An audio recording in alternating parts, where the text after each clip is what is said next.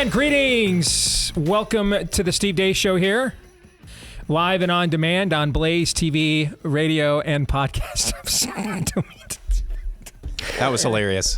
As the intro was running, the audience doesn't know what just happened. I said, I think we have the issues fixed. And then as soon as Steve starts coming, greetings, and welcome. The heat works. Yes, the heat is back on, so that's great. I'm sorry. We need to almost start all over. Greetings. Welcome to the Steve Deace Show here, live and on demand on Blaze TV, radio, and podcast. Steve Deace here with Todd Erzen and almost about to go postal Aaron McIntyre. How are you? We're all fine here. How are you? Yes, indeed. We've got a lot going on here today. Coming up, we've got a lot going on already. Coming up a little bit later on, we'll have Pop Culture Tuesday when we're going to get to my top 10 films of 2024. There was one more movie I was thinking about seeing that I thought might be under consideration before I unveiled the list, and it's the Bob Dylan biopic with Timothée Chalamet. And then I remembered I don't really like anything Bob Dylan does, so I don't really care how good the movie is. That is one of your character flaws. Yeah, in the end, I'm not a Bob Dylan fan on any level. So, I don't really care how good the movie is. And so I realized I don't really want to see it. So this is a very objective list is what you're saying. Well, it is my list. Yes, indeed it is. All right, so we'll have that for you a little bit later on. We're going to have our very first fake news or not. We'll probably go back and forth between fake news and not and idolatry or not here this year on the program. Our very first fake news or not is really the ringleader of the modern, from a platform standpoint. Government's been the ringleader, but from a platform standpoint, Facebook has been the ringleader of the American censorship regime. And if it's not them, then it's Google, and if it's not Google, it's them. I mean, they are the Isengard and Mordor of the censorship regime that has come up here since the advent of COVID. And now Mark Zuckerberg is claiming suddenly now to turn over a whole new leaf. So this is a story that you probably need to care about more than you realize. That's why we're going to let you hear his statement in its entirety. And then we're going to analyze it. Why do you need to care about this more than you realize? Because I try not to bring a lot of inside baseball stuff onto the show that's more specific to our industry that I don't think you guys would care about. I don't want to turn this into a Rudy Martzke column for alternative media, if you remember that reference from back in the day. But this has had a profound, what companies like Google and Facebook have done, has not just had a profound impact on people like myself's bottom line, and it has, believe me, but it's had a massive impact on the content you do and don't see. Because Facebook, at least the last I checked, was the number one aggregator of all of media content in America. And if you're getting suppressed on there for posting certain kinds of content and rewarded for others, the incentivization there is for you to succumb to the regime and its censorship and its narratives and its Overton window, no matter what your particular viewpoint is. Why are some major companies in so-called conservative media, how come they never discuss issues like the toxic genetic serums? And they've never done anything to platform somebody like Steve Baker or Julie Kelly, who in the last few years have done yeoman's work, at least debunking some of the January 6th narrative. Why have they largely been silent on election fraud? It's because of Facebook and Google, which is YouTube. But Facebook's the number one aggregator of our kind of content, particularly given who the age group is. Like, the number one fans I have on Facebook are men and women over the age of 60. The average Fox News viewer is 69. So you do tend to skew more conservative the older you get, right? It's the old Winston Churchill observation. And so having Facebook say, hey, those very important existential topics that I just rambled off, you can't talk about those here.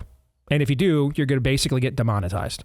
The morning after the 2020 election, when I went on Glenn Beck's program and described the events we were all just living through, and said, if we're going to just go through a process now where we're just going to cancel out people's votes and just do random ballot drop-offs at 4 a.m., I mean, this is the kind of stuff that leads to the unraveling of societies. If people think their vote doesn't count, then, you know, our founding fathers gave us politics as a means of conducting civil war peaceably in this country. If you get rid of that and we don't have a real voting process, then we'll do it the other way. Right after that, Facebook demonetized not just my show, but the entire Blaze channel, everything on the Blaze, for a period of time after those comments by me. I have no idea how much money that probably cost the company, me saying that. So this is a bigger story than just our kind of normal inside baseball and who's zooming who and is this person getting their contract renewed. And you probably, how often do we even talk about that stuff privately, guys, let alone comment about it publicly? It's not my thing, okay? And I don't think most of you care, and most of you should not. I think there are some people like a Rush Limbaugh who are transcendent, and so when they go away or they're threatened, that is a story in and of itself. But most of the time, whether a show like this is on this platform or 3 other platforms is really not that big of a deal to you. Probably a big deal to the host, but not to you, okay? And so this one, though, is a big deal. And so we're going to discuss it a little bit more in depth coming up in the next hour of the show. Also, an old friend of mine, Ed Martin from the Eagle Forum, has just been given an appointment in the Trump administration, Chief of Staff of the Office of Management and Budget. So we will talk to him about that coming up at the bottom of this hour. Before we get to Aaron's montage, though, I want to mention something. I forgot to mention this yesterday, and that is on me. All right. Last year, and if you heard me filling in for Beck on Friday, then you heard this tease, and I wanted to make sure we gave the same to our own audience. Okay. For about the last 6 months of last year, I have been working on a kind of a top secret project, and we're going to be announcing it here in the next couple of months. And the goal is for this project to be the definitive takedown of Pride Month. That's the goal. You know me, go big or go home, right? We don't set kind of medium goals around here. So I wanted to come up with the definitive takedown of Pride Month. We're going to have more to say about this here in the next couple of months. But if you want to know where to go, where you're going to get that information, this is a tease of a tease still to come. If you kind of want to get a hint of what's coming, and you want to sign up and make sure you're given updates when we're ready to give you more news, go to richiemeetstherrainbow.com, RICHIE, richiemeetstherrainbow.com. That's richiemeetstherrainbow.com. And a couple other things about the project I'll tell you is, you've heard us say on this show, quoting the old Irish Catholic saying, with the devil hates the most is to be mocked. I want to take that as seriously as I possibly can, and to the point of an art form. And that's the goal of this project. I think there's an old saying also that to find out who it is who truly lords over you, simply discern whom it is you're not allowed to criticize. And there's a reason why Oliver Cromwell brought out the King of England by his Christian name, to demystify him before he executed him. Take away the veneer of power, the allure of fear. He's just a man.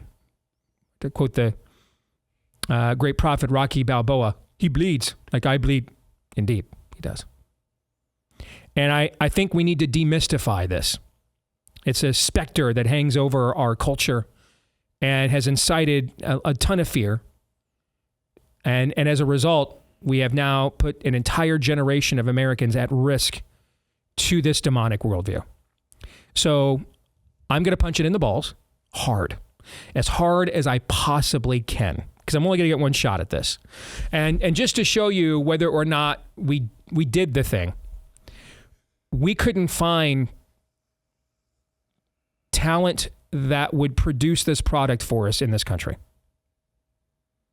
We straight up had to go to Viktor Orban's Hungary to find the people that would produce this project. Which kind of gives you an idea of you hear all this hype about what's going on in Hungary, and they're like, yeah, we would love to do this. We couldn't find anybody here. And when it comes out later, you'll see what we're talking about. So if you want to learn more information, I'm very excited about this. The rest of my career, I've said this all along, I'll never write anything better than a nefarious plot. the rest of my career. But I think this has an opportunity to be even more effective.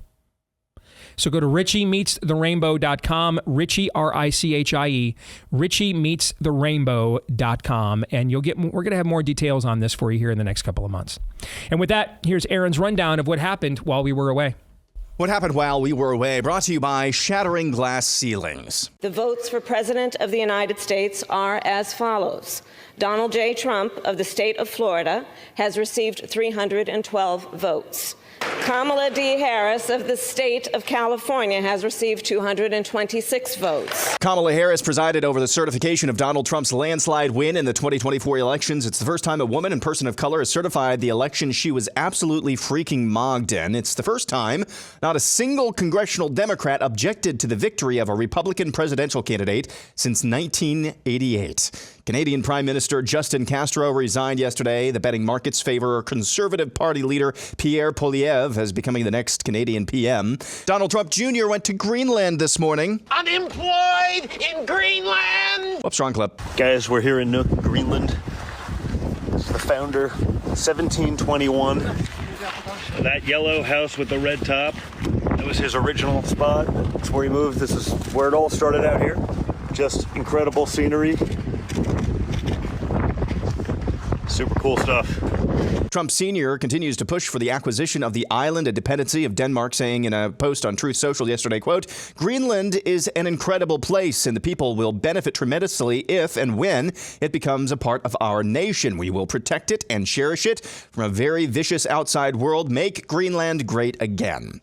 Meta, that's the parent company of Facebook and Instagram, announced yesterday that UFC founder and CEO Dana White will be among 3 new members of Meta's board of directors. White, as you know, is a staunch supporter of Donald Trump. Meta CEO Mark Zuckerberg released a video this morning announcing his company's shift to protect free speech and get rid of politically biased fact checkers. We'll be discussing that on Fake News or Not. And finally, some hucksters bought the branding rights for the infamous company Enron and have been hyping up the supposed return of the ill-fated company over the past few months. Yesterday, new Enron fake CEO Connor Gatos unveiled the Enron Egg, a nuclear reactor for your home. It was all an elaborate joke. However, one former Washington Post journalist fell for the ruse over the past few weeks.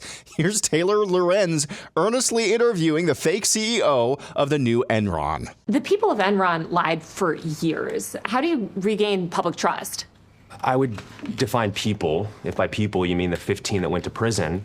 I would say there were 30,000 amazing people that worked at Enron that had nothing to do with the fraud and the scam and the scandal. And so I'm not a math guy, but 15 out of 30,000 is a pretty small number. I mean, I'm so glad that you feel this sort of like level of love for the former employees and company. I feel like for most Americans, they don't have that positive connotation with the company. It did so much harm and it destroyed so many lives. If you want to talk about lives that were destroyed, let's look at the 2008 housing crisis. Okay. Millions of lives destroyed, and only a few people went to jail. More people went to jail for Enron than for the literal destruction of the U.S. and worldwide housing economy. And so I think that there's a double standard here that we're trying to shine a light on that says, hey, do as I say, not as I do. You know, throughout this interview, you've been so optimistic, and I'm kind of wondering, how do you square that optimism with the very real harm that Enron has done? The rhetoric of the word harm and just in general, it has done. manipulative. But we have to talk about the harm, the bad stuff that Enron has done in the past. No, we don't need to talk about the harm. No, we don't. Who said that we need to talk about the harm? I'm saying, I would back up for a second and I would think, what is Enron? So Enron is not just a company, it's not just people, it's the look that your child gives you when they come down the stairs and see the Christmas tree in the morning. That's what Enron is? Yes. And that's what happened while we were away. Who was that guy? Who was that? Connor Gatos. Do you remember the Birds Aren't Real campaign? Yes. That was him. That was another elaborate joke that he pulled. That is incredible. I mean, pulling that off with a straight face is incredible. That was incredible. I actually hope that the whole joke was just to get Taylor Lorenz to get there and do that interview, because that would have been worth it. I know the last few years you have said that the next year was going to be worse than the last. 2025, after watching that, I think it's already better than 2024. That clip is incredible. All right. Aaron's Montage brought to you by our friends over at Patriot Mobile.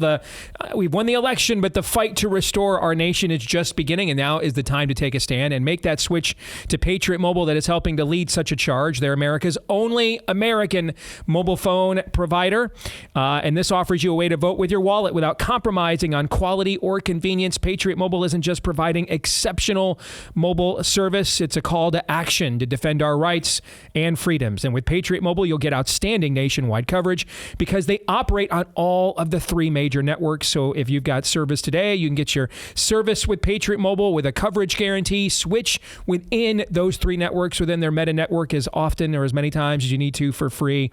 The difference is now, though, your dollar goes to support your values rather than oppose them. Switching is easy. Keep your number, keep your phone, or upgrade. Their 100% U.S.-based customer service team will help you find the perfect plan for you and your family. And right now, you can go to patriotmobile.com/Steve and get a free month of service with the promo code Steve. A free month of service with the promo code Steve at patriotmobile.com/Steve. That's patriotmobile.com/Steve. All right, I mentioned yesterday we want to be even more intentional about analyzing things from a worldview perspective, more so than just a political process perspective, because much of the fighting that's going to happen this year is going to be on our own team. And we're going to watch sausage getting made. And I think it's going to be prudent on 2 fronts. Number one is to let some things play out so you can see the actual results more, because we're going to test some theorems here on our side. Like, we all know collectivization doesn't work, right? Violates the laws of nature. Nature's God. Like, I didn't have to wait for Obama's 8 years to realize we were going to probably end up with more people on food stamps, the total population of Spain, doing what he wanted, because it violates the natural laws of the creation, correct? Mm-hmm. So, and that's exactly what we saw, right? Yes. And we're all still paying the price for some of those things right now, right? Yes. Indeed. In this case, now we've got the people who claim they believe in these iron laws and the natural laws are now going to try to make sense of them and create and make laws and be a law unto themselves. And I think that's going to be a very clumsy process. And I think we need to give it time to breathe to see what happens first. So I'm not going to be anxious to jump on and glom on to every cause celeb or crusade. Like I told you at the end of last year, I'm in Gamaliel mode. Let's find out. Let's see how this plays itself out. Okay. And then I also think the other reason to be even more intentional about worldview is because a lot of the worldview differences we have on our side are going to come to bear for many people for the first time this year, trying to seriously govern on them. And I think there has to be at least some places where people feel like they can go to have those worldview understandings not just papered over into instant, is my guy winning the process, or is your guy winning the process? And is this page shill on Twitter, was sent out for marching orders to come at this person, but this page shill was forced to tell them that no, I don't care. And neither should you. All right. So let's talk about 2 of the items that are in Aaron's montage from a worldview perspective. Let's start with Greenland, because this does have all the earmarkings of a Trump troll. Until this morning, when his son and, one of the biggest names we have in our business right now, Charlie Kirk, land a plane in Greenland, and they're live on social media. And they've got dad's plane. So if this is a troll now, all right, we have gone, this is the most expensive. This cost a lot more than Trump driving the garbage truck last fall. Amen. Yeah. All right. If this is a troll, then this is one of the more elaborate and expensive ones that Trump has launched into. It's possible it's not just a troll. And let me explain from a worldview perspective. We are a debtor nation. We are a debtor empire. I know that's a bad term. We don't like using it because it goes against the ethos of American exceptionalism to some degree, and I understand that. So how about we'll go with the term superpower instead? All right? Whenever you become a superpower that is a debtor nation, as we are now, you have only 2 options. There are only 2 options. The first option is you have to have a significant cut in the size and scope of government spending. Good luck with that. All right. You're going to get the American people to ban abortion and put women who do abortions in prison before you're going to get them to do this. I promise you will. I know you've been told Steve, there's fiscal issues, and then there are moral issues. No, the spending is maybe the biggest extension of a moral issue of them all. You have the spending, and this is why typically when a superpower goes into debtor nation status, its time as a superpower is limited. Because treason never prospers. What's the reason? Whenever treason prospers, none dare call it treason. Everybody has, and I mean everybody, including all three of the people doing this show and presenting it to you today, everybody has their own suckling spot on the government teat now. Everybody does. No one's immune. You couldn't walk away and live completely independent of government subsidization and tax incentivization and programization and collectivization and centralization. If you wanted to, you couldn't do it. You couldn't do it. But to be fair, most people don't want to. And they don't want to, and that's why we're never going to significantly cut spending. Because the people don't want it cut. They like the gravy train. There will be some things I think that will be done to limit a lot of the waste, fraud, and abuse we are currently seeing. But the significant stuff that is the bulk of the budget, entitlement spending, for example, is the bulk of, it's the majority of the discretionary spending that we do as a country every single year. I think the Pentagon's like 11% or something. Maybe it's 14. So the people don't want it. They want the discretionary spending. They want the grift. We, the people, are the biggest grifters of them all. And so that's why we're in such debt. And that leaves a superpower only one other option. Aggressive expansion. Aggressive expansion. Particularly into places that are rich in resources. I did a little research on Greenland this morning. When I saw Don Jr.'s plane land there, I thought, okay. This is either the most expensive troll job Trump has done, or something's going on here. So I did a little research, a little cursory research. Greenland is considered one of the greatest untapped natural resource hubs on planet Earth. One of its leading untapped resources, by the way, gold. In fact, even though we're talking about different natural resources in some cases than Ukraine, in many respects, much of what is said about Greenland from an untapped potential is what was being said about Ukraine from a tapped potential before the Russian invasion. So there is a worldview aspect here. You would talk about absorbing a low amount of population. When you give the overall population that we have, you would talk about within that population a low amount of crime. Meaning the juice here would be worth the squeeze if you're just doing a P&L statement here.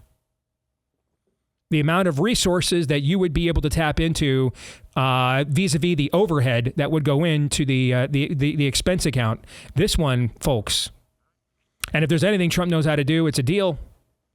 This is the best. This would be the best deal since Seward's Icebox. You're talking about another Alaska, basically.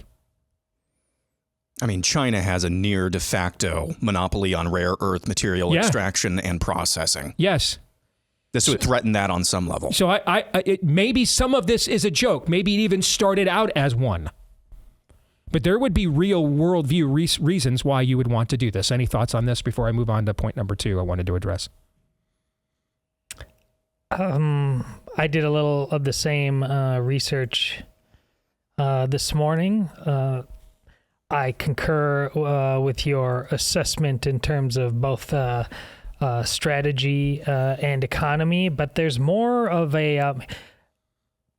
I'm very, very big on Matthew Peterson and what he's establishing with just the mere name of the new Blaze magazine title, Frontier. Mm-hmm. Mind, body, and soul.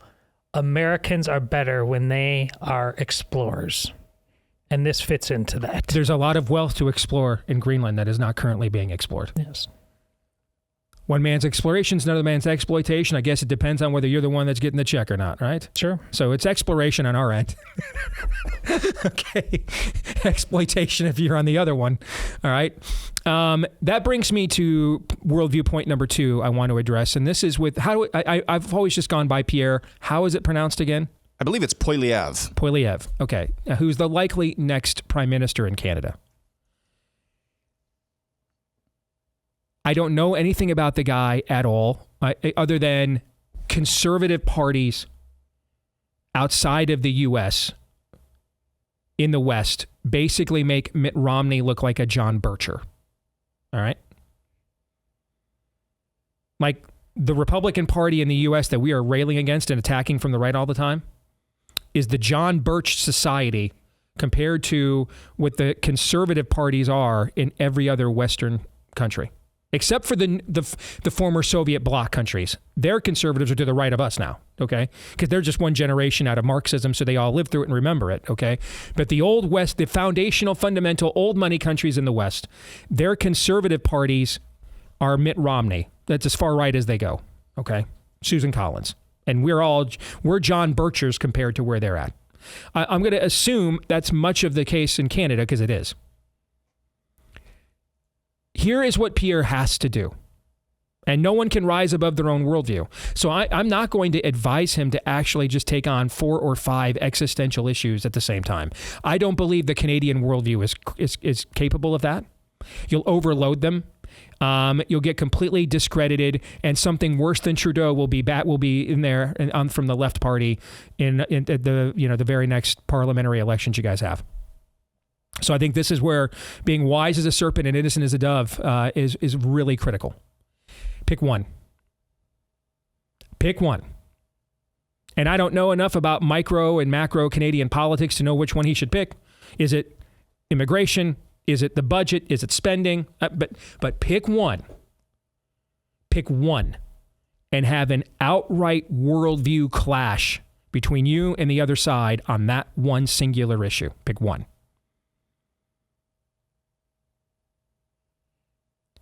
And you have to win it.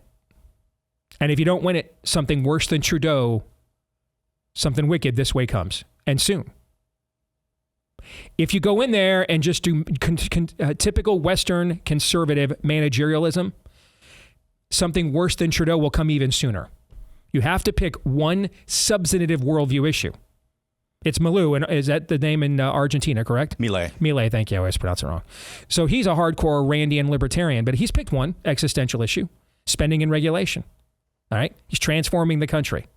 Might be 3 or 4 other issues we don't agree with him on, and the people don't agree with him on, but he's picked one existential fight, and the country's being transformed. Follow that model. Pick one.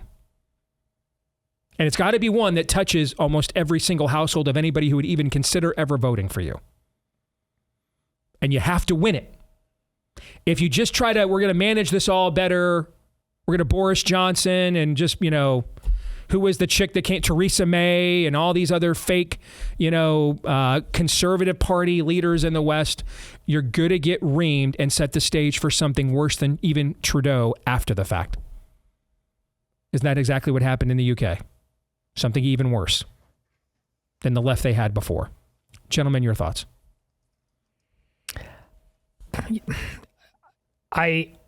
What I'm most interested to see is, because it does appear that it was by design, and I don't care what every time I see a picture of Trudeau next to young Castro, I'm just saying, this is just me talking. There's some there on that whole front. There just is. The level of how he dismantled Canada almost by design, not just a crazy college professor who happened to get the reins of power, but like this was part of the whole world government, deep state, to take down westernized democracy. If I don't know what that is either, what you said, Steve, not only because it has to reach real people's lives, but because too much damage may have been done already. Aaron, you have a thought? We're going to see. I mean, there are winds of change right now in the West that are really optimistic. But again, I want to underscore it. It's up to all of us to actually take advantage. Don't settle for anything here. Lead. like we said yesterday. It's time to lead. More in a moment.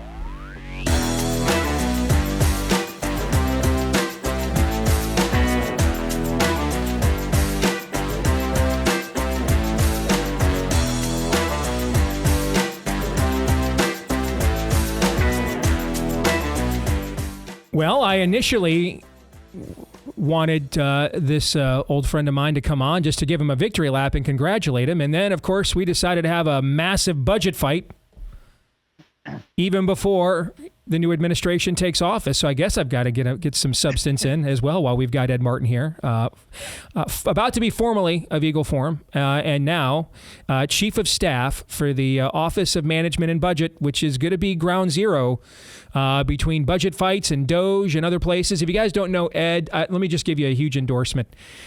This is what CNN wrote about Ed to cover the announcement of his appointment back on December the 12th. Quote, hardline activist gets top policy job in Trump administration. In the second paragraph. Oh, no, let me just give you the first two paragraphs. All right. President-elect Donald Trump has chosen Ed Martin, a hardline, socially conservative activist and commentator, to serve as the next chief of staff at the Office of Management and Budget. Martin has publicly advocated for a national abortion ban without exceptions. All right. And they just go on to give a glowing endorsement to you, Ed. So first of all, congratulations on the knighting from President Trump himself. But this might even be a more important endorsement from CNN. So congrats on both fronts, brother. How are you?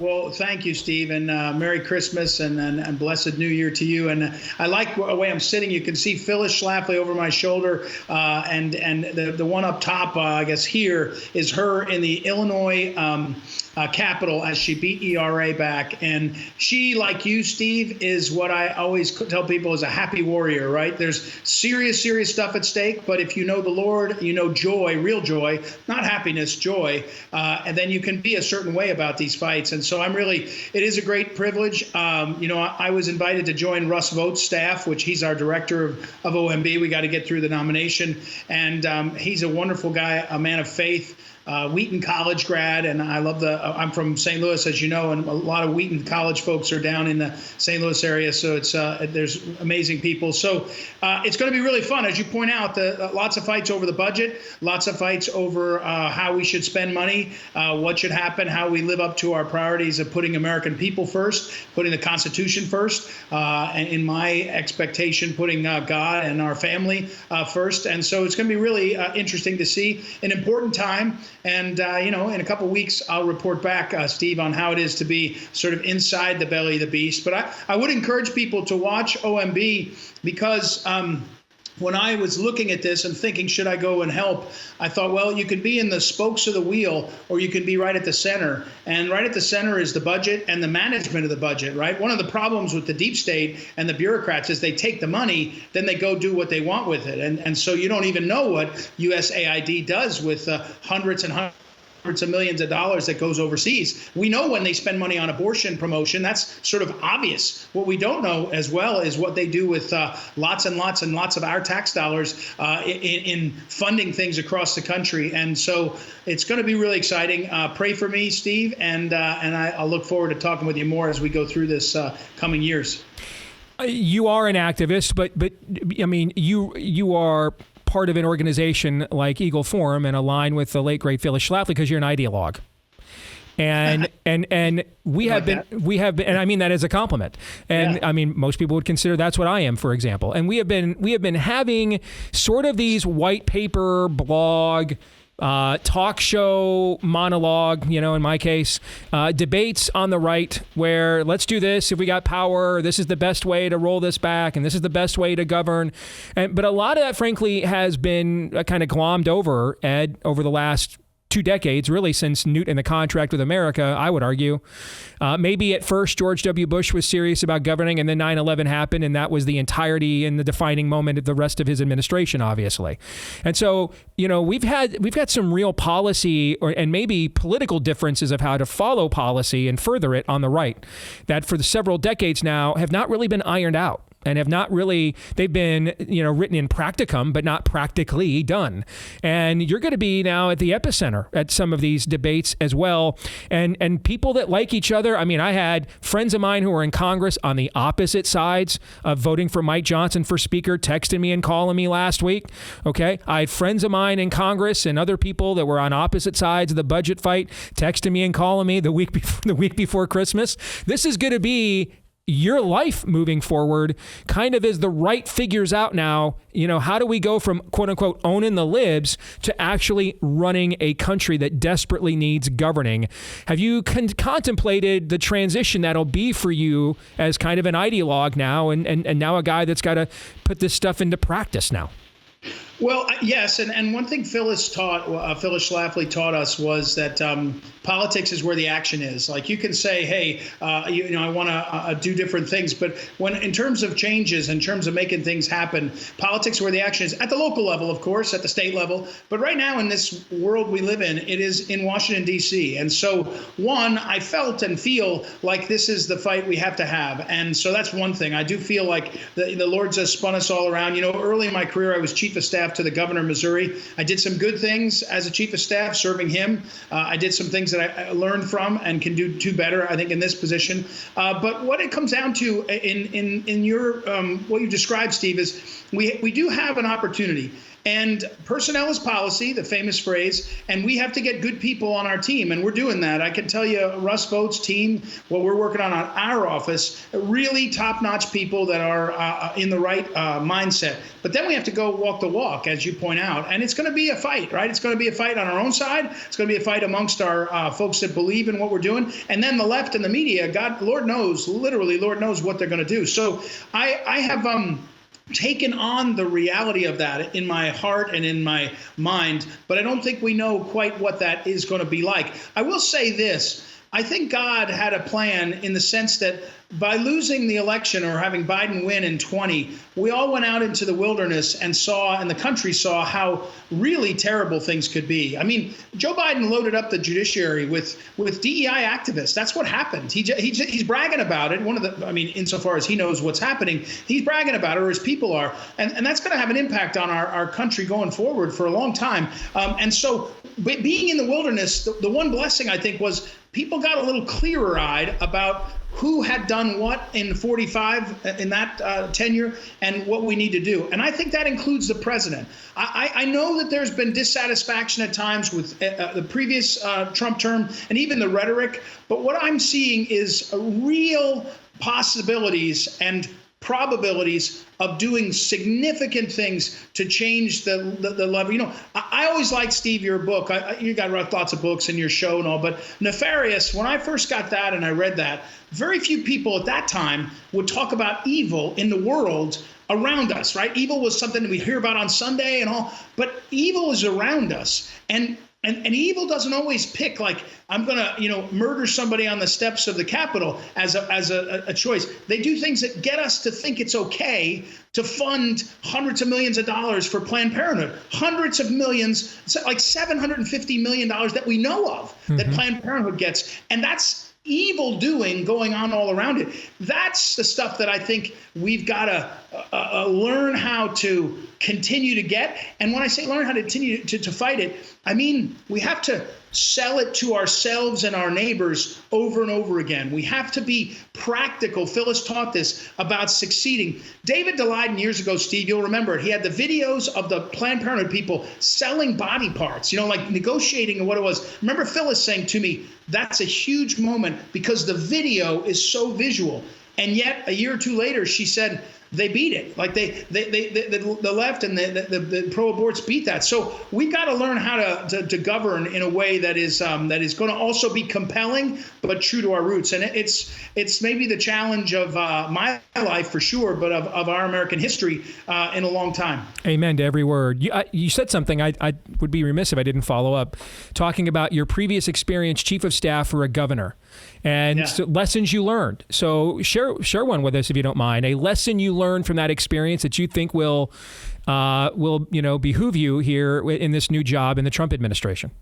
Well, one thing was I did learn, and I had the instinct, and I did live up to it. I had made my staff, when I came in, give me a letter of resignation for all them, and I did it too. And I went into the governor 3 times before he accepted my resignation, saying to him, no one is elected to be chief of staff. And I learned that, and I meant that I was giving him the freedom to be able to lead. He was elected. His name is Matt Blunt. He was Governor Blunt. He was very pro-life. At that time, we took on the illegal immigration question. We actually asked for and received the ability to do I think it was 287G, and go and try to crack down on things. But what I really learned was not that the people that were really difficult were not the left in office, not even the special interests, which included I was so identified as pro-life that Planned Parenthood made it a big deal to kind of come after me. Those weren't the biggest problems. The biggest problems were the bureaucrats, the second level down, who had the ability to shape what you saw so you couldn't catch on to what was really going on. And I'll give you an example. When I came in midterm, the governor's pro-life, great pro-life guy, and I said to him, have we ever checked to see if we're getting any federal money that's like pass-through money? And he said, I think we did, but do it again. So I sent him a memo. I said, if anybody's getting any money that hits us in Missouri and is going out to Planned Parenthood or other pro-abortion groups, let us know. And lo and behold, there was a second-level bureaucrat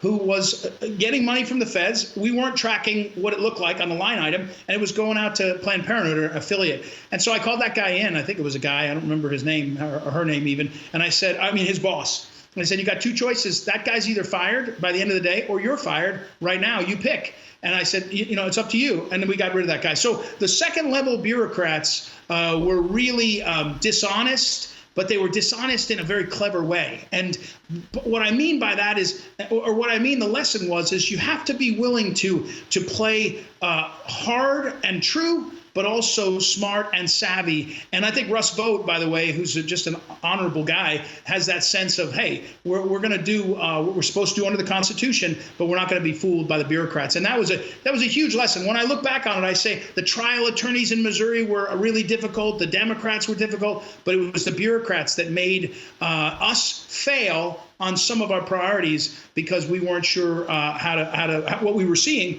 and the totality of what was going on. That's good. And I wonder, especially in your new job, how much of the leakocracy, as I call it, are these people? Yeah. As much as the stories just aren't conjured and made up from whole cloth, but how much? And let's face it, also both sides will strategically leak things to trial balloon and agenda. That's politics. But a lot of the destructive kind of leaks, how many of them are the kinds of people that you're talking about?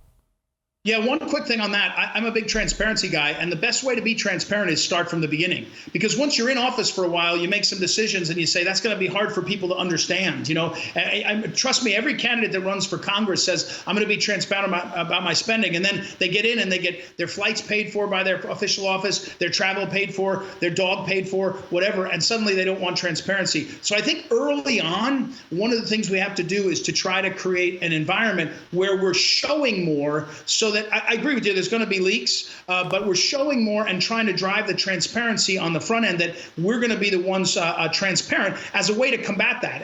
But I probably have never experienced, I know I haven't, the level of what you're referring to.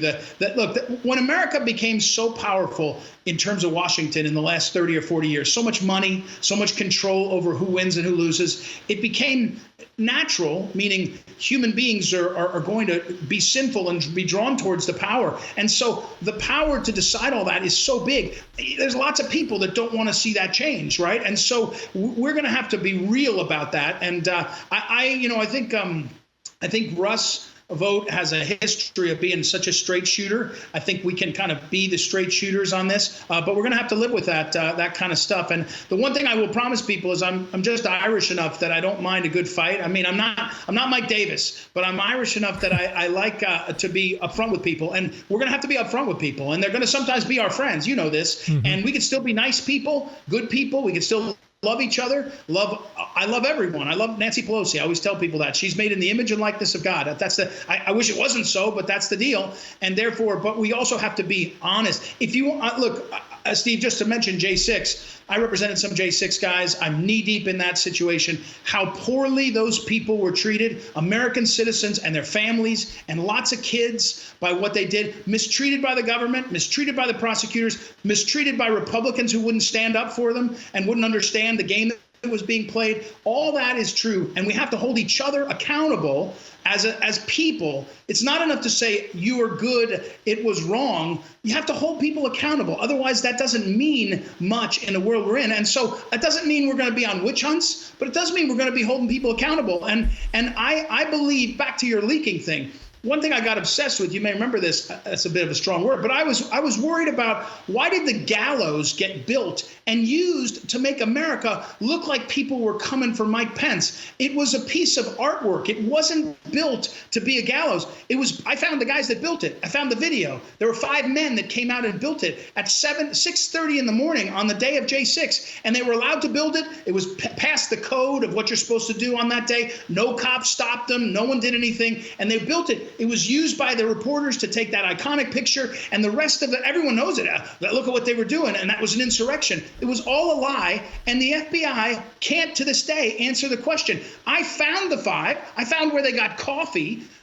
They had a mask on, but they used their phones. So why is it that our government is not interested in making sure that what's going on, what's true, is out there? We've got to get to the bottom of that stuff. It's only fair, and I think we're going to in lots of ways. And when we don't, we have to be honest about how we failed in that, and then keep moving forward. Great stuff, Ed. And a lot of people have your hopes and tied into you guys. And there's a lot of optimism right now, and there's a lot of prayers for you guys right now. So here's hoping you guys take full advantage of the moment the American people have given you, brother. God bless and congratulations, okay? Well, thank you, Stephen. Thanks for holding all of our feet to the fire. I know it's not always easy for you.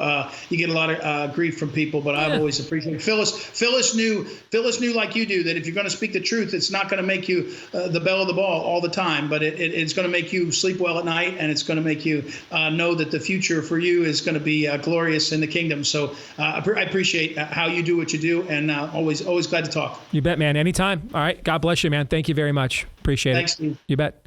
And I mean, she's been passed away for several years now, just since her name came up. I mean, I adored Phyllis Schlafly.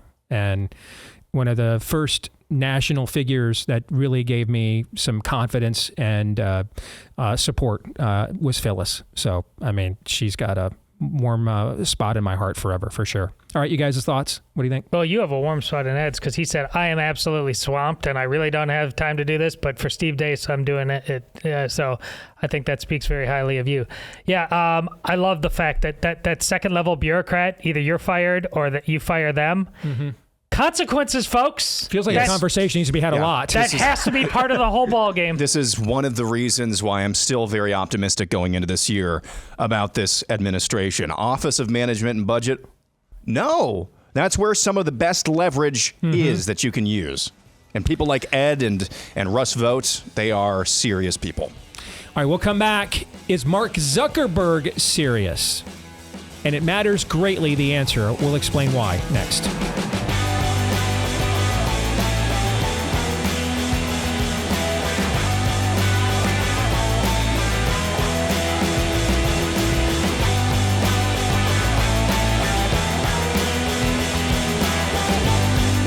We are back here with Hour 2, live and on demand on Blaze TV, radio, and podcast with Aaron McIntyre and Todd Erzin.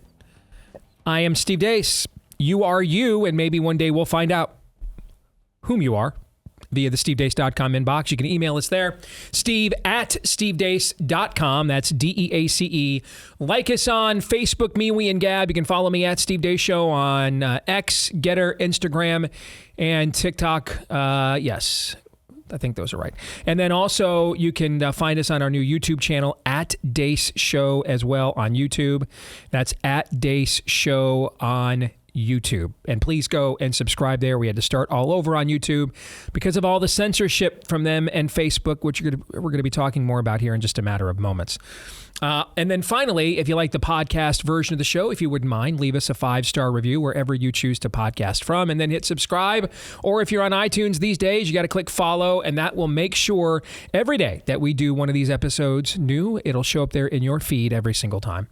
And if you want to live up to your New Year's resolutions, which I opened the Beck Show last week with New Year's resolutions, but a lot of times when they come to things like getting more active in diet, and exercise, I'm just telling you, as someone that has fought the battle of the bulge for several years, It's way more successful when it's not a resolution as much as it is a lifestyle change. And this is where our friends over at Raycon come in. So whether you want to just hit the gym more often, you want to get out and get active more often, heck, I need to call mom, call home more often. All those things, by the way, Raycon can help you with those things. They are the perfect gym buddy, phone call companion. They offer premium audio that goes where you go. Their latest model, better than ever, it's got a 32-hour battery life and multi-point connectivity that lets you pair with 2 devices at one time. And these earbuds also come with active noise cancellation, the best of any brand that I've ever tried, by the way. And it's often difficult to find that at an accessible price point, but not with Raycon, which starts at half the price as other premium audio brands. So if you want to get started today, no guarantee that 2025 is going to be easier than last year, but Raycon's return policy is they offer a 30-day happiness guarantee, no questions asked or your money back. And you get 15% off site-wide right now at Buy Raycon, Raycon. N as in Nancy, C-O-N, buyraycon.com/Steve. That's 15% off site-wide at buyraycon.com/Steve. All right, let's get to our very first fake news or not of 2025. And put it this way, I don't do this a lot. I'm big on the show being as organic in what we say live as possible, but we do schedule the show. I mean, we have guests that, can't be when they're at, we're like, reschedule. I'm big on things being structured when it comes to knowing what's going to be where. And then I want us to be as organic as possible as we fill in the time, around that structure. Right. So when I come to the team and I say, hey, I'm changing the show segment schedule over something like I did this morning, because we typically go over the plan for the next day, the previous night. That indicates then how important I think this story is, or could be. That's the key thing there. Could be.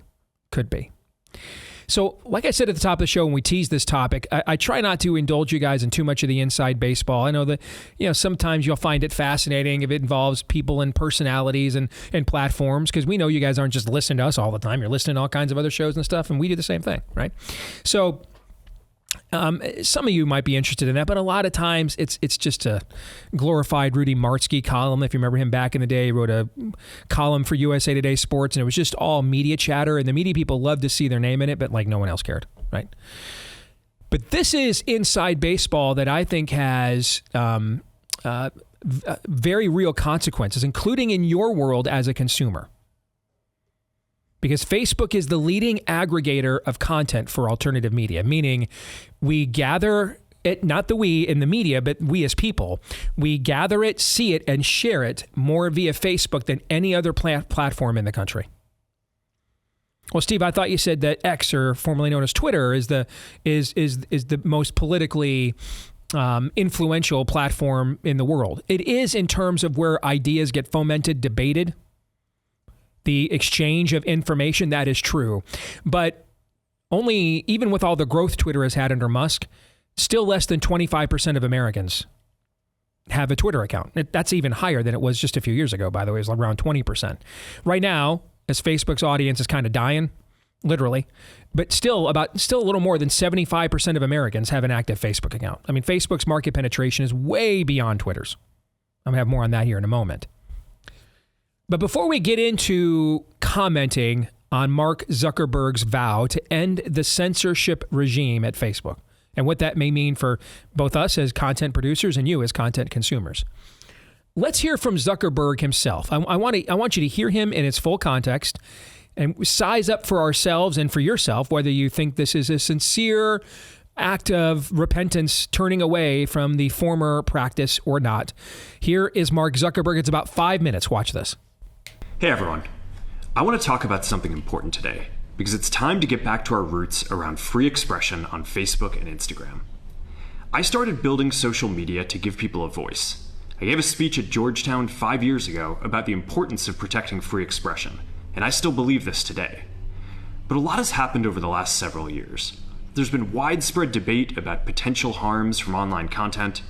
governments and legacy media have pushed to censor more and more. A lot of this is clearly political, but there's also a lot of legitimately bad stuff out there. Drugs, terrorism, child exploitation. These are things that we take very seriously, and I want to make sure that we handle responsibly. So we built a lot of complex systems to moderate content. But the problem with complex systems is they make mistakes. Even if they accidentally censor just 1% of posts, that's millions of people.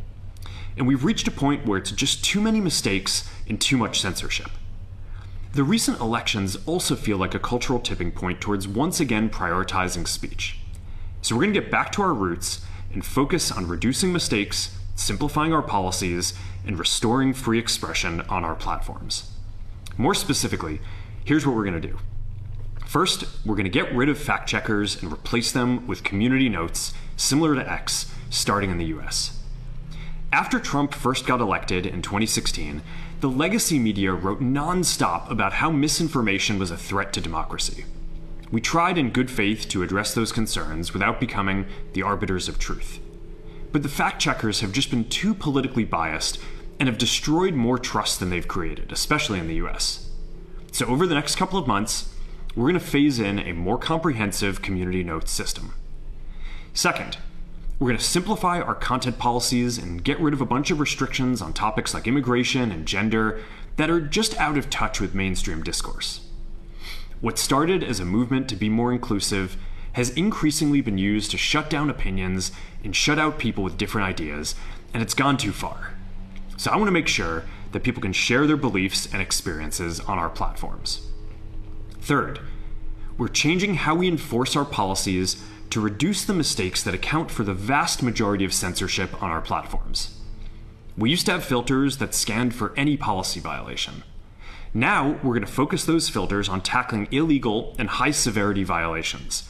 And for lower severity violations, we're going to rely on someone reporting an issue before we take action. The problem is that the filters make mistakes, and they take down a lot of content that they shouldn't. So by dialing them back, we're going to dramatically reduce the amount of censorship on our platforms. We're also going to tune our content filters to require much higher confidence before taking down content.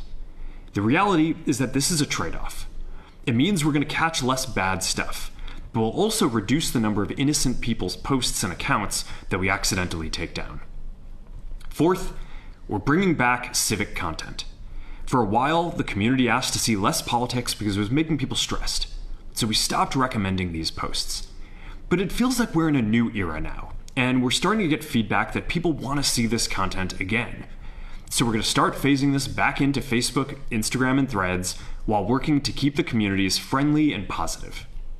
Fifth, we're going to move our trust and safety and content moderation teams out of California, and our US-based content review is going to be based in Texas.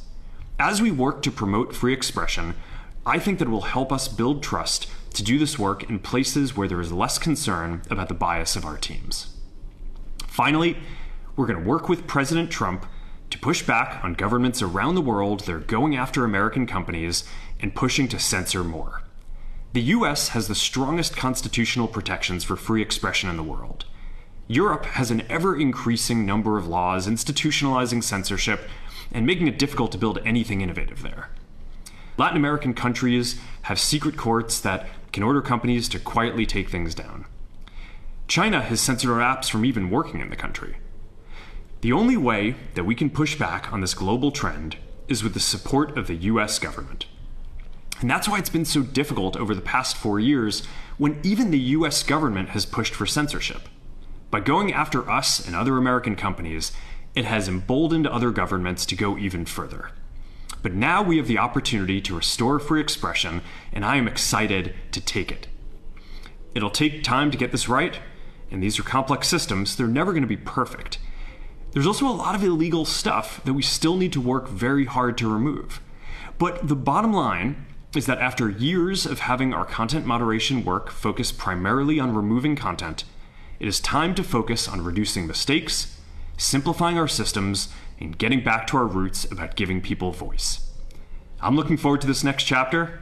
Stay good out there, and more to come soon. Now, on top of this, Zuckerberg has added a couple of, I guess, right-wingers or Trumpistas to the board, including Dana White, thank you, the UFC guy.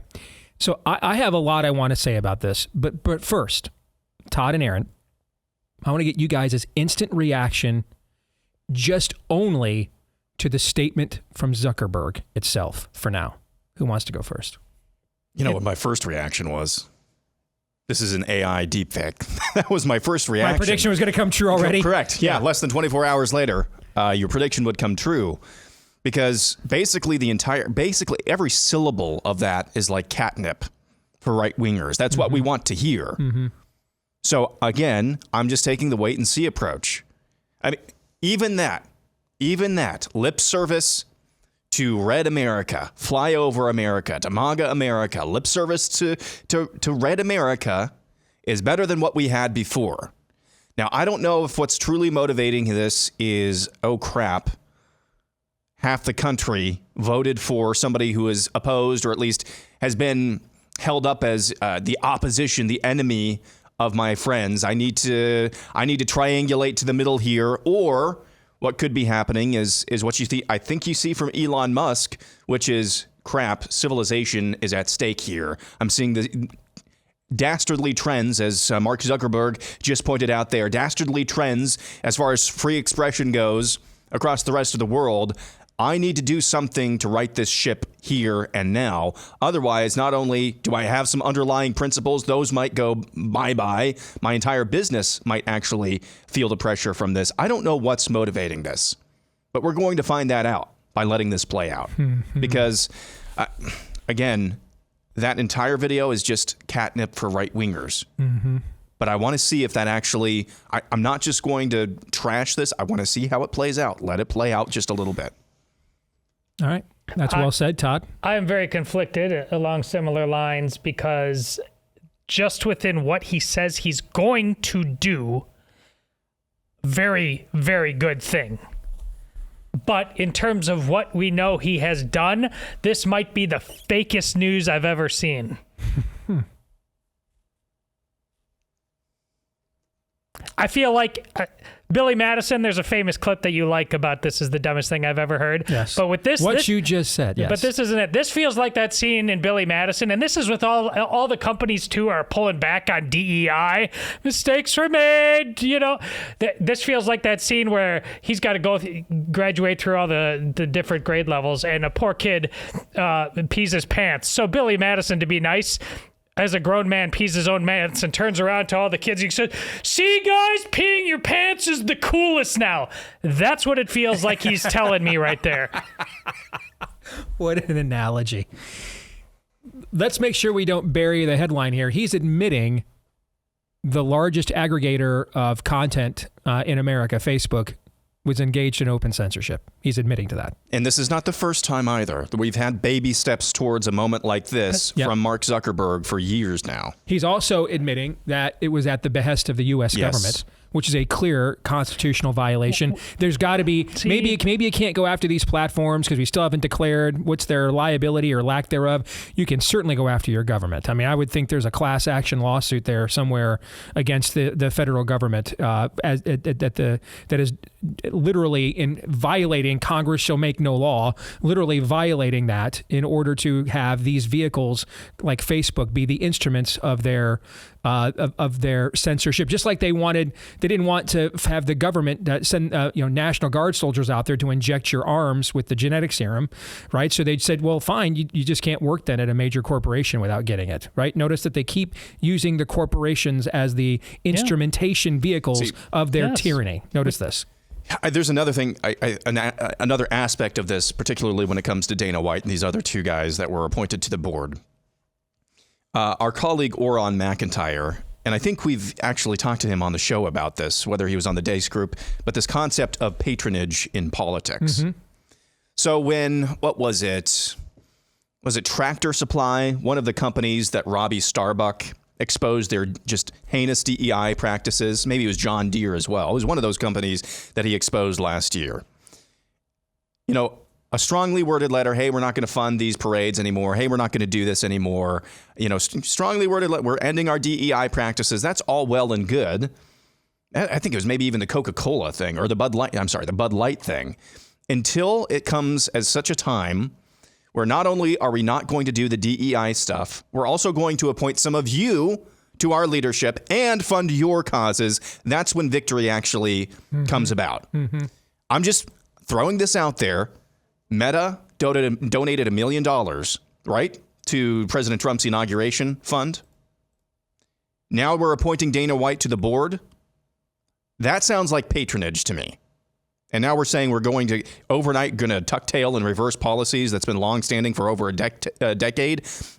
I'm not saying that's what it is, but if we were doing a case study in patronage, don't you think that's kind of playing out here? Yes.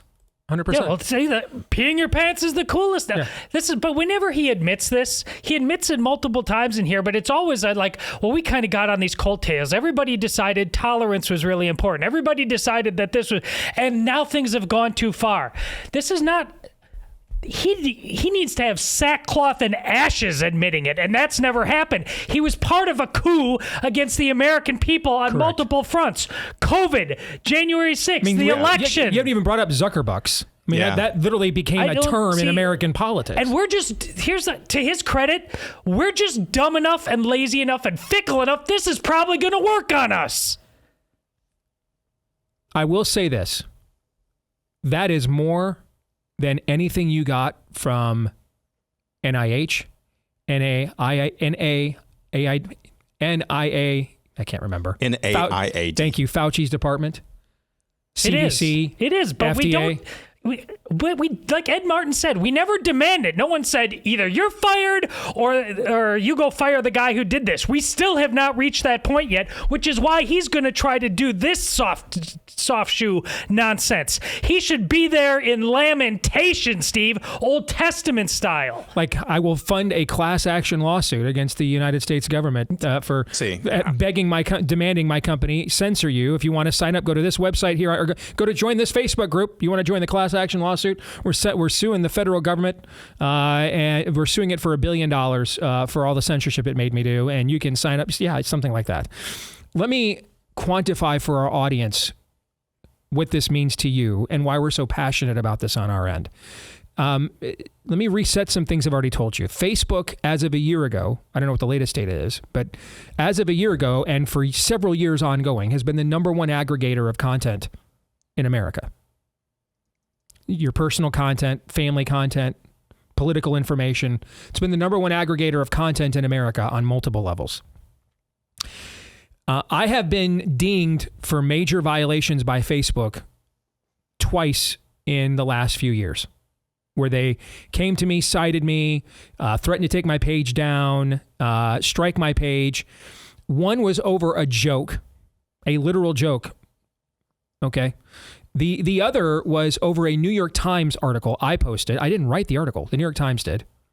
Questioning the COVID testing that we were doing at the time and the sensitivity of the results and whether we were getting true COVID positives from the PCR test or not.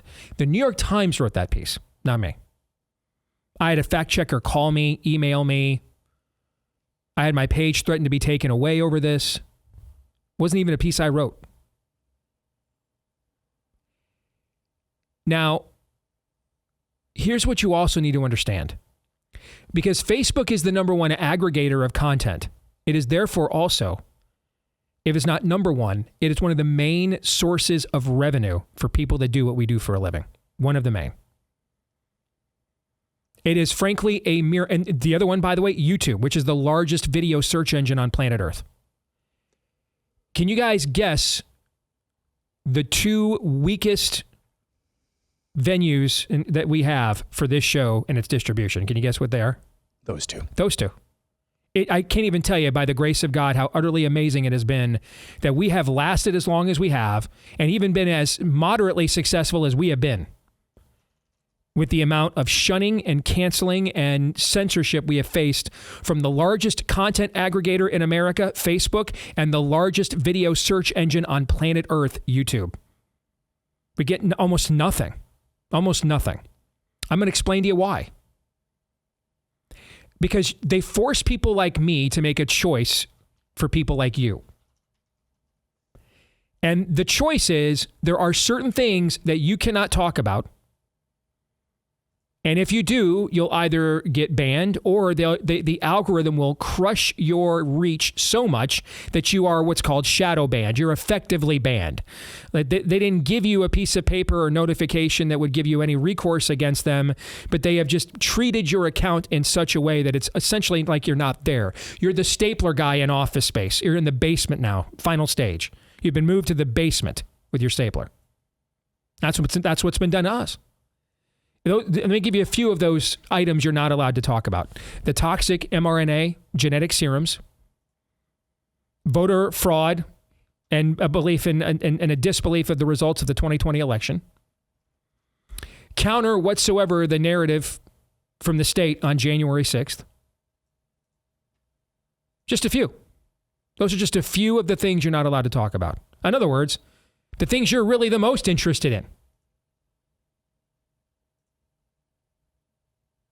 They just recently lifted their ban on questioning gender ideology. You couldn't talk about that.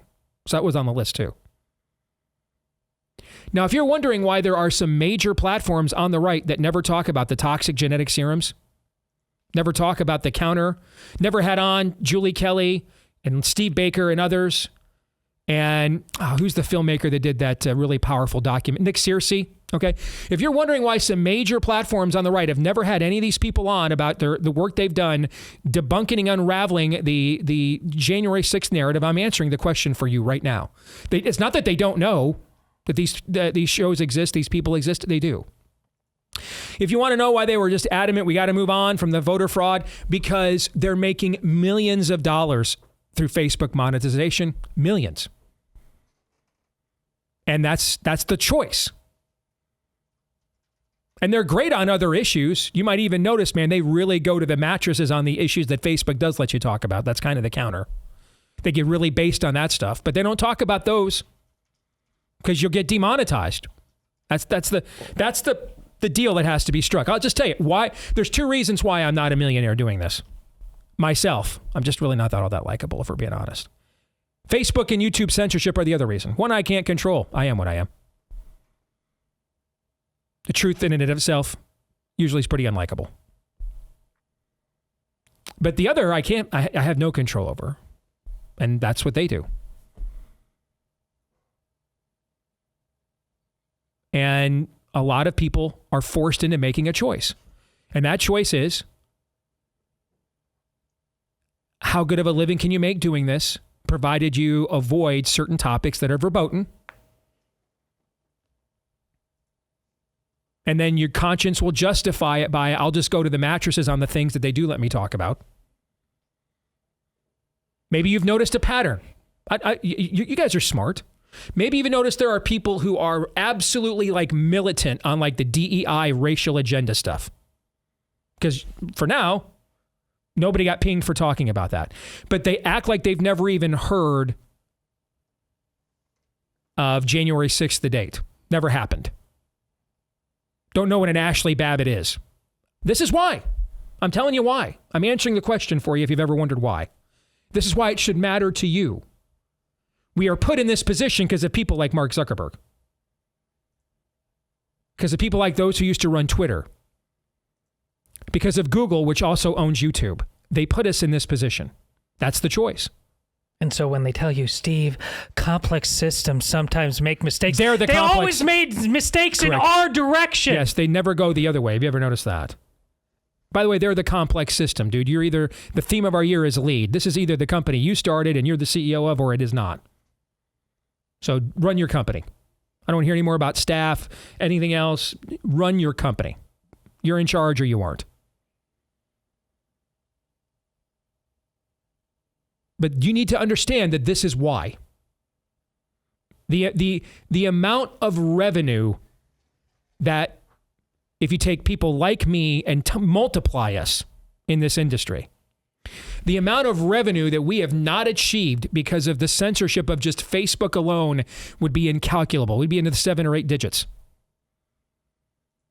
Here's why that matters to you. It doesn't matter to you whether I'm still sitting in a nice house in the suburbs I've lived in the last 18 years, or I've got a a South Fork level ranch. Shouldn't matter to you. What should matter to you, though, is the content. This is why you don't see more of the content that you really want. They disincentivize it. That's the system, and that's the choice you have to make.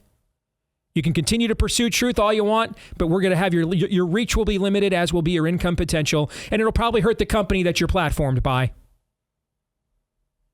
And I've hurt our company before. Not talking about my own company, the company, Blaze.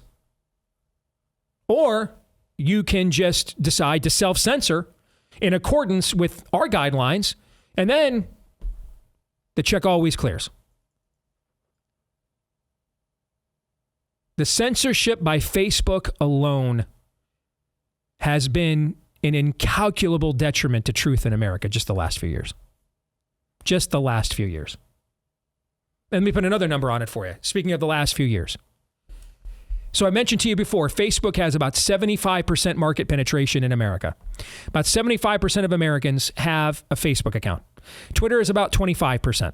So about 25% of Americans have an account on X. Over the last 4 years, Facebook claims I have added a net of around roughly 16,000 followers over the last 4 years. Now, I'm in a contract year here at the Blaze. There's no way that they would be even considering extending my contract if all we added were 16,000 new people to this show in the last few years. In fact, it's quite likely I wouldn't even be on the Blaze today, let alone getting to the end of this contract at the end of this year. Now, Twitter, or X, again, which has far less market penetration, 25% of the American people compared to 75% of Facebook. In just the last year, Twitter X says I have added more than 32,000 followers. Twice what Facebook says I've added in 4 years.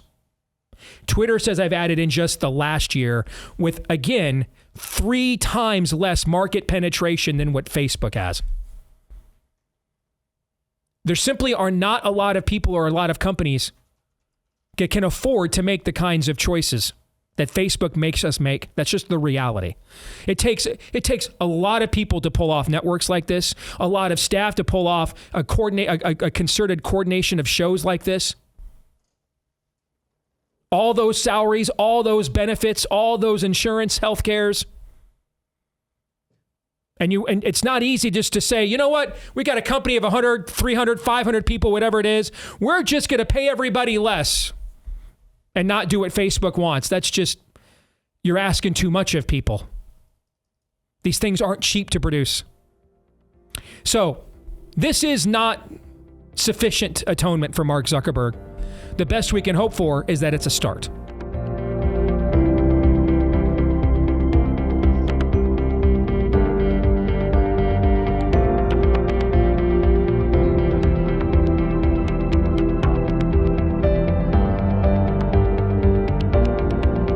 All right, back here on the Steve Deace Show here on Blaze TV, radio, and podcast. Our final segment today.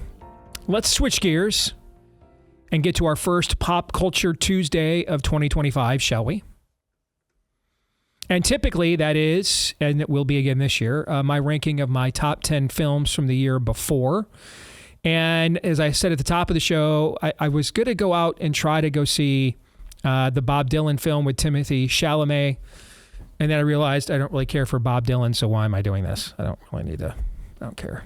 It's just not my kind of music. I'm sure he's a great dude. Appreciate his contributions to Americana. So not really my thing. So I didn't. So I just decided to skip that one. That was the last one on my list of movies to see over Christmas break that I was considering to make my top 10. So the list is now final. Also, things you need to know.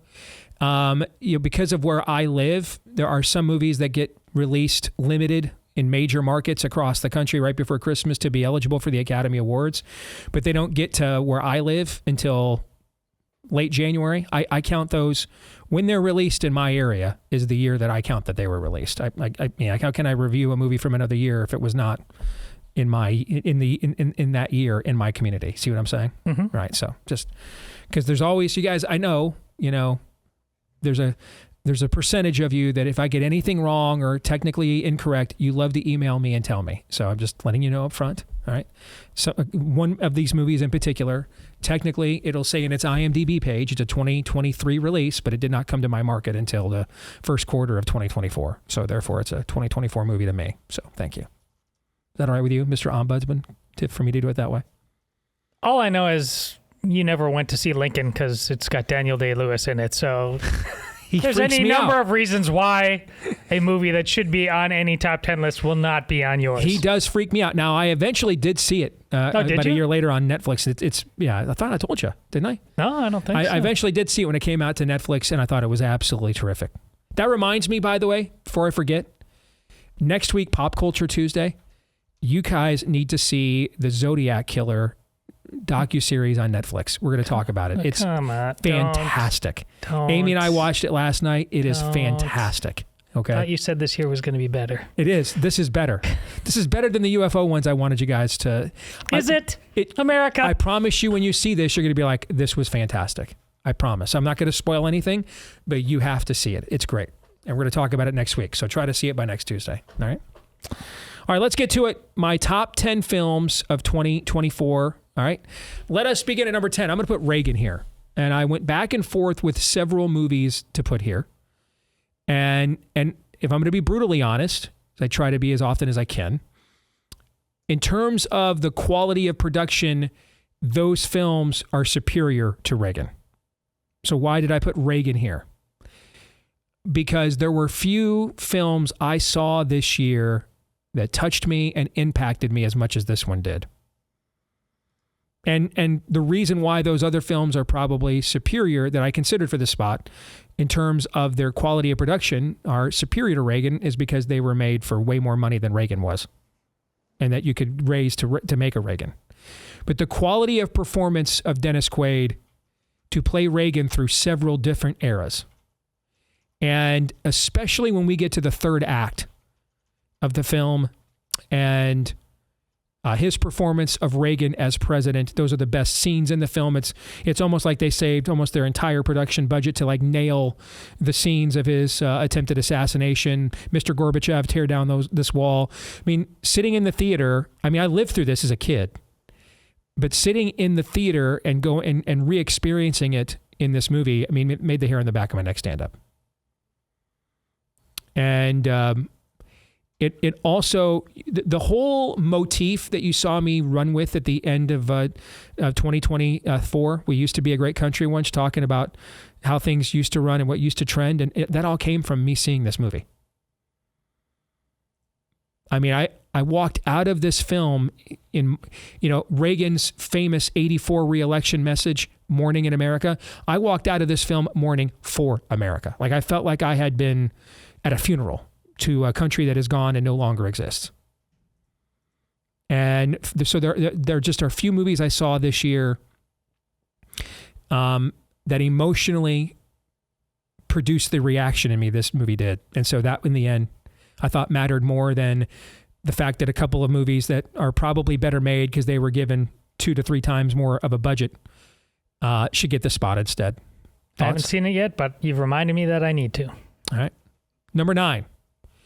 In terms of spectacle, this one's really good, Twisters. And I was very skeptical because, I mean, the first one is a classic 90s summer movie schlock. In some respects, this movie's better. And the technology's very good. The story is very good. It's the kind of popcorn movie we took for granted in America for many years. It's not really woke at all. It's just very enjoyable on absolutely every level. I mean, it's almost a flawless summer popcorn movie. So it's number 9 on my list. Yeah, believe it or not, I've actually seen this. My youngest daughter said, "That looks cool. I want to watch this." So we did watch it. This is one of those movies, my way of saying what Steve just said, it understood the assignment. Yep. It really did. Good way of putting it. Number 8, another hit movie from the summer, A Quiet Place, Day One.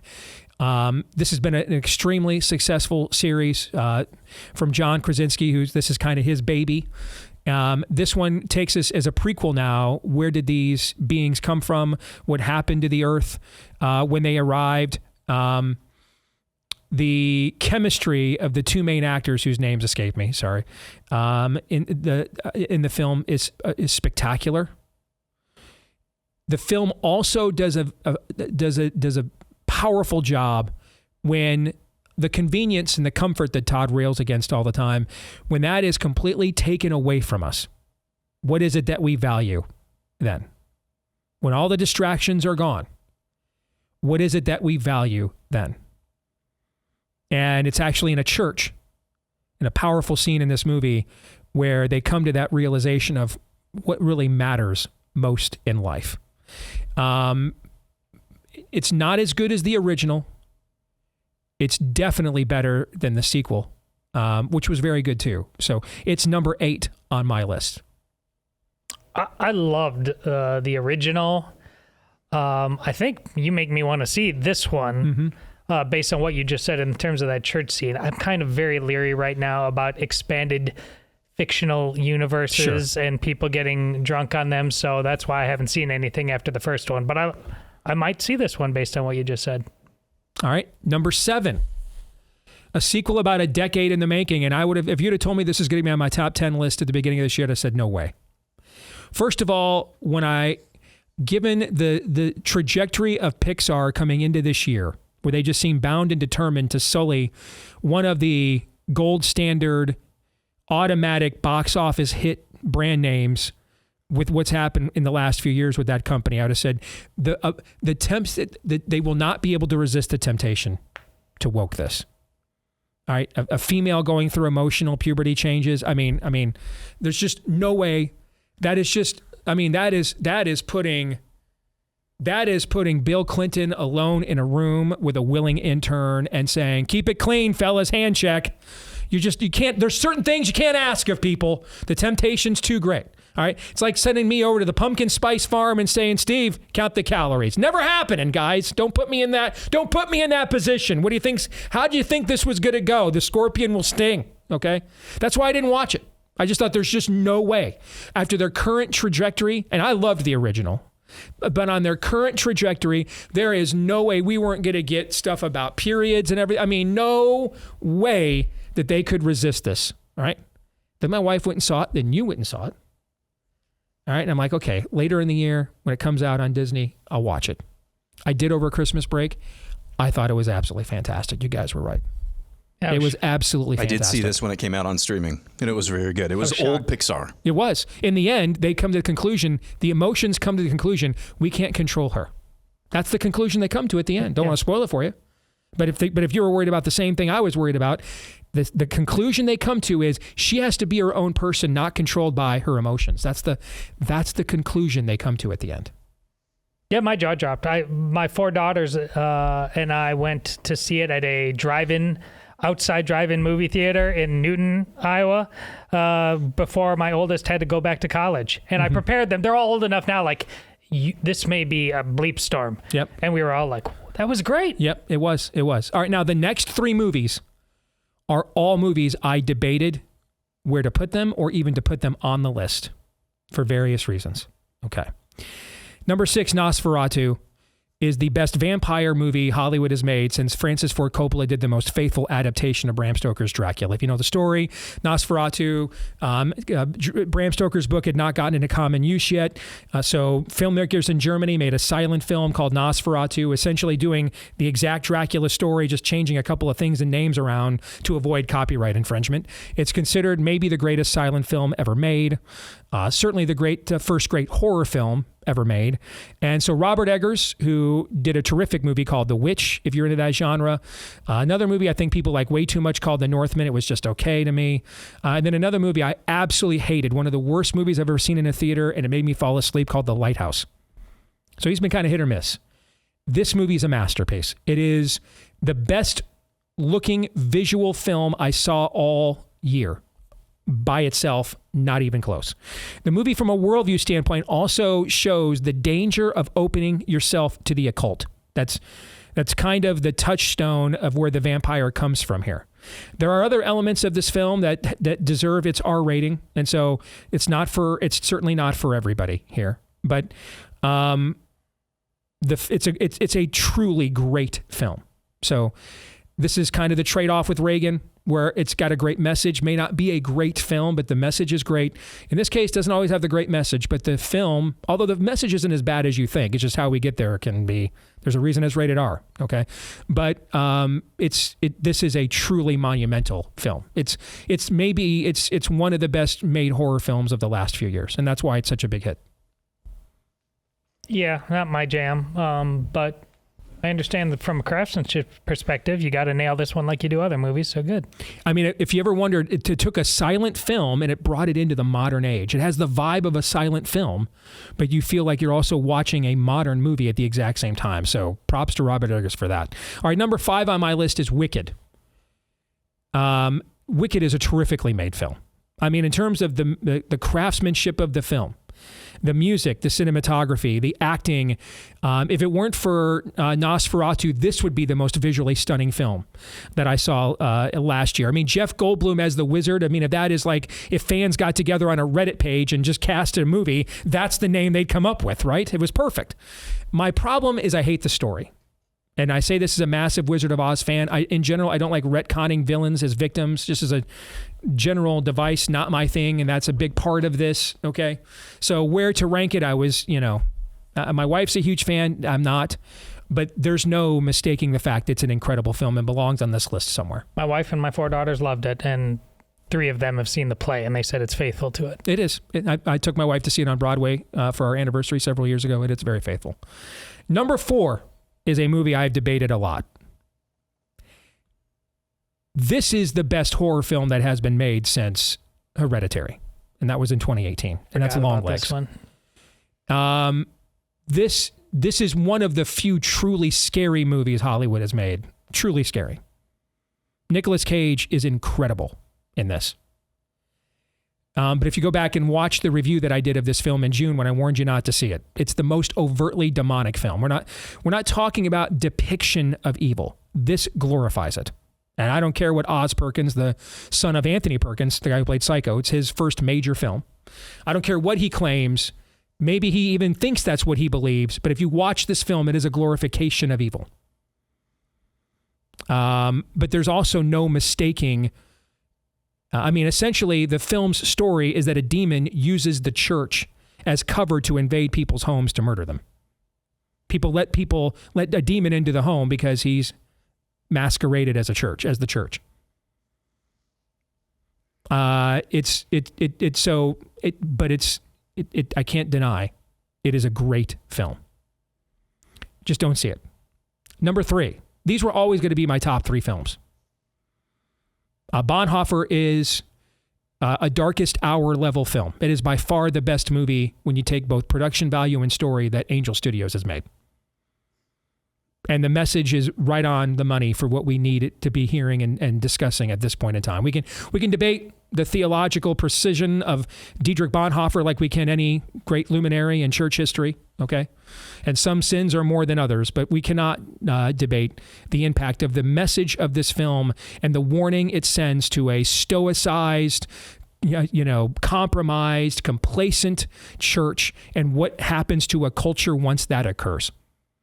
Awesome movie. I'll never forget the line along the lines of what you're saying. It's evil. We should be the first to say it, not the last. And the money line, like I said, the line that got me, like when our movie said, I didn't know this was a fight, that's why you're losing. The line that got me, like that line got many of you, is when Bonhoeffer looks at his superior in the church and says, it doesn't matter how many people are here. What matters is why they're coming.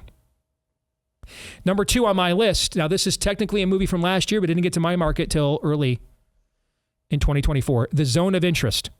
Essentially is a docudrama where these are actors, okay, but they film it like you're watching the daily lives of a high-ranking Nazi officer who's stationed at overseeing a concentration camp, and his kids are playing and stuff, and just over the fence, they're doing mass execution. I mean, the film is haunting. And it's terrific. They filmed almost all of it in real time, like 25 hours of footage with different camera angles to make it as spontaneous as they could. It is haunting. It'll get in your bones. It'll stick with you, just like Longlegs will, but for different reasons. All right? Longlegs will have you looking over your shoulder, not want to turn the light out at night. Okay? This movie will have you looking at your own soul like, how can we possibly sink so low as a species to let this happen? So I would highly recommend, don't see Longlegs. I would highly recommend you see The Zone of Interest. My number one film of the year. And it's not even close. Lord of the Rings level film. Dune 2. It's perfect. There's nothing wrong with it. Score, cinematography, story, acting, flawless film. Agreed. Flawless. It's perfect. It's a Lord of the Rings level film. Saw this over break. It is really, really good. The first one was really, really good too. Yes, the first one was really, really good. This is even beyond the first one, in my view. And no other film was even close to consideration. This film came out in March. I saw it opening day. No other film's even been close to consideration the rest of the year after I saw that. The only thing I don't think they nailed is the guy who played Elvis, the son who comes in at the end. Yeah. I thought that was a little campy, but other than that, great movie. All right, we're going to stick around and do overtime for Blaze TV subscribers. For the rest of you, we'll see you tomorrow, noon to 2 Eastern, right after Glenn Beck, right here on Blaze TV. Until then, Romans 8:28.